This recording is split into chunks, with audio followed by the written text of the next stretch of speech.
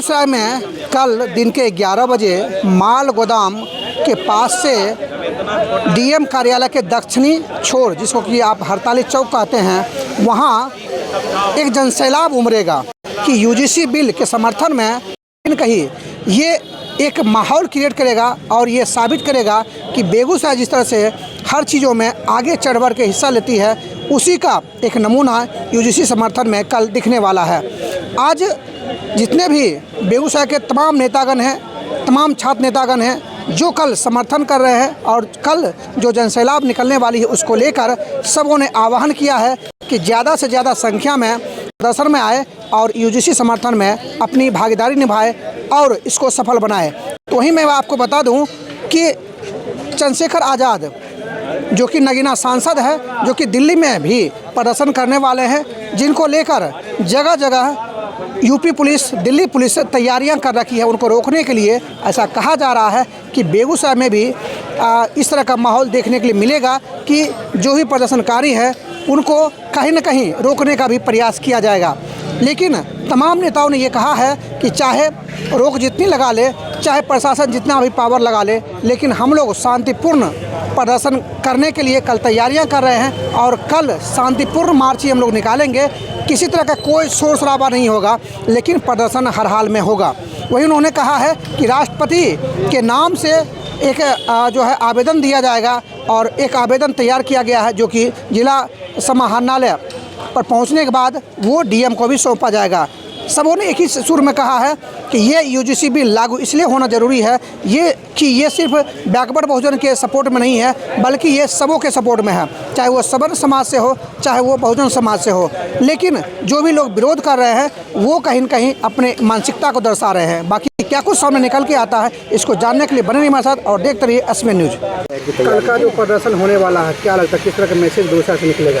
देखिए, सबसे पहले तो मैं बताना चाहूँगी कि यूजीसी गाइडलाइन 2026 को लेकर बहुत ही जोरदार तैयारी हम लोगों की है और बेगूसराय की धरती वैसे भी क्रांति की धरती रही है। आप लोगों को याद होगा कि मंडल कमीशन जब आया था तो बेगूसराय ने बहुत बड़ा मैसेज दिया था इस पूरे बिहार में, और एक बार फिर से मंडल 2.0 के तौर पर ये जो मिशन है, ये जो कल विशाल प्रदर्शन है, वो बहुत बड़ा मैसेज देने जा रहा है। क्योंकि तमाम बेगूसराय के सभी समाज से भी, सभी बहुजनवादी, सभी देशवासी जो है, मतलब जो सभी जो देश से प्रेम करते हैं और जो छात्रों से प्रेम करते हैं, छात्रों से जुड़ा जितना संगठन है, SC ST OBC मोर्चा, तमाम लोग जो हैं इस प्रदर्शन में कल शामिल होने वाले हैं। और बहुत बड़ी प्रदर्शन जो है कल शांतिपूर्ण प्रदर्शन होने वाली है, जो माल गोदाम से शुरू होकर जिला समाहरणालय दक्षिणी द्वार तक हम लोग आएंगे और सुप्रीम कोर्ट को हम लोग बाधित करेंगे कि इस यूजीसी गाइडलाइन 2026 को फिर से पास किया जाए, जिस पर स्टे लगा दिया गया है।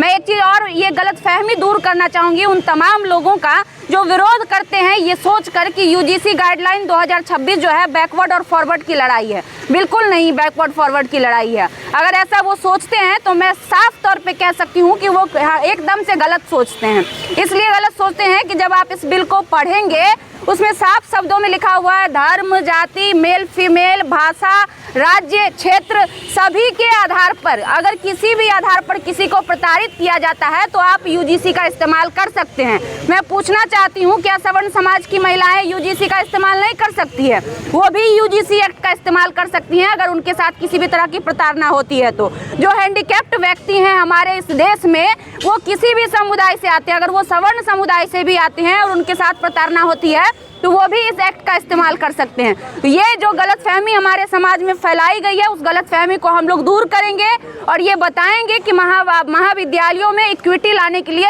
ये जो एक्ट है वो कितना ज़रूरी है। और मुझे उम्मीद है कि सुप्रीम कोर्ट इस पर विचार करेगी और ये आंदोलन बहुत ही कारगर साबित होगा और आने वाले समय में यह एक्ट जो है फिर से लागू किया जाएगा। कुछ सवाल आ रहे हैं कि संशोधन होना चाहिए, जो एक्ट लाया जा रहा है उसमें जो एक समाज है वो सशंकित है कि हमारे ऊपर ज़्यादा इसका बेजा इस्तेमाल हो सकता है। इसको लेकर क्या कहना है? देखिए, वैसे भी जब भी कोई FIR होती है तो बिना अनुसंधान के कार्रवाई नहीं होती है। और नया जो BNS आया है, आपको भी पता होगा अच्छे से कि 7 साल से कम उम्र की जितनी भी सजा होती है उसमें डायरेक्ट अरेस्टिंग नहीं होती है। क्यों ये अनुसंधान, क्यों बदलाव किया गया? इसलिए क्योंकि फर्जीवाड़ा होता था, फर्जी तरीके से बहुत सारे लोगों को फंसाने की कोशिश करते थे। तो उसी तरह इस एक्ट में अगर ये संशोधन लाया जाए, अगर ये रखा जाए बात कि अगर वो बिल फर्जी पाया जाता है तो उस व्यक्ति पे या जिस पर भी ये लगाया गया आरोप वो कतई नहीं लगेगा और उस पर किसी भी प्रकार की FIR नहीं होगी। इस बात में किसी को आपत्ति नहीं है, हम तमाम लोगों को आपत्ति नहीं है, लेकिन हाँ अगर वो सही पाया गया तो निश्चित तौर पर उनके ऊपर कार्रवाई होनी चाहिए। इसलिए कार्रवाई होनी चाहिए कि अभी भी महाविद्यालयों में इस तरह की चीज़ें होती है, मैं ये दावे के साथ कह सकती हूँ। बहुत सारा महाविद्यालय तो ऐसा है अभी के डेट में जहाँ पर टाइटल देखकर एडमिशन दिए जाते हैं, जिसके हजारों उदाहरण हैं। हर साल 100 FIR ऐसे दर्ज होते हैं जिसमें ये बताया जाता है कि बैकवर्ड कम्युनिटी के, दलित कम्युनिटी के छात्रों के साथ शोषण किया जाता है, उन्हें प्रताड़ित किया जाता है। तो अगर ये नहीं है तो फिर ये लाने की आवश्यकता क्यों पड़ी, ये सोचने वाली बात है। और मैं बता दूं कि 1956 से UGC गाइडलाइन चल रहा है महाविद्यालय में, ये कोई पहली बार नहीं आया है जो लोग इतना उतावले हो रहे हैं। हाँ, इस पर सख्ती नहीं बरती जा रही थी जिस पर सख्ती बरतने के लिए ही एक्ट की आवश्यकता पड़ी, और ये एक्ट कहीं से भी गलत नहीं है।